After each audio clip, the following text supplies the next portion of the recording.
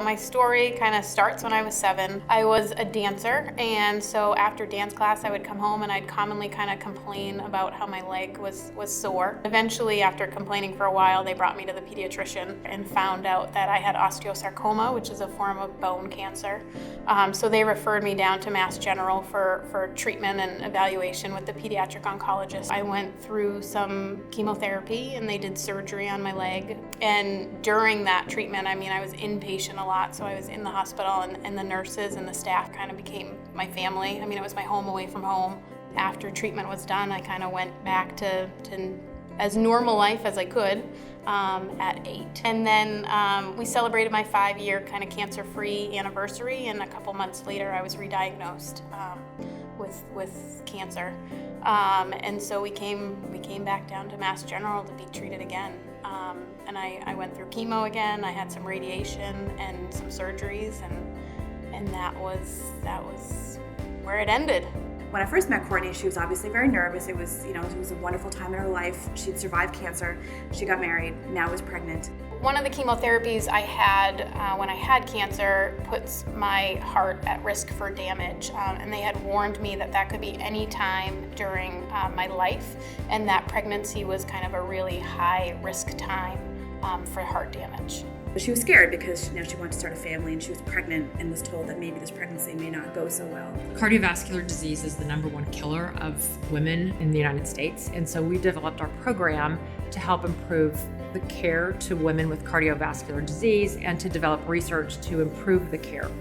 Being pregnant and being able to have a child was something I didn't know I was going to be able to do. They had told me that my heart function wasn't good, and I'm reading all of these stories that the mom doesn't make it, or the baby doesn't make it, or the baby's born really early and there's a lot of complications, and I kind of lost hope a little bit. And it was really, really scary for me because I really wanted to be pregnant, but I didn't want my life to end because of it. And I certainly didn't want to not have a baby, but at the same time, that was what was causing all this heart trouble. And so it was really, really a scary time. We meet at least once a month, but we had actually special meetings with a focus group of the people that were going to be there during the delivery room, where we discussed exactly what each person's role was during her labor and delivery, and what we would do if an unfortunate event happened. We had planned for everything so that we weren't surprised. There were tons of people in the delivery room. It was a busy place. It was the place to be, for sure. Courtney delivered her daughter, and she told us that she wanted to have another child. We did tell her to do that sooner rather than later because we were concerned that over time the effects of these cancer therapies will weaken her heart. Certainly, Mass General is the place you want to be if you're sick, because we have such amazing teams of physicians, nurses, and physician's assistants who work together to deliver the best care. So we have specialists in many different areas, and this multidisciplinary approach allows us to develop very specific care programs for very sick patients. As we see more survivors of childhood cancer, we're going to see many women like Courtney present to our program. One of the things that really hit home for me was that I felt like I was the only patient that they had.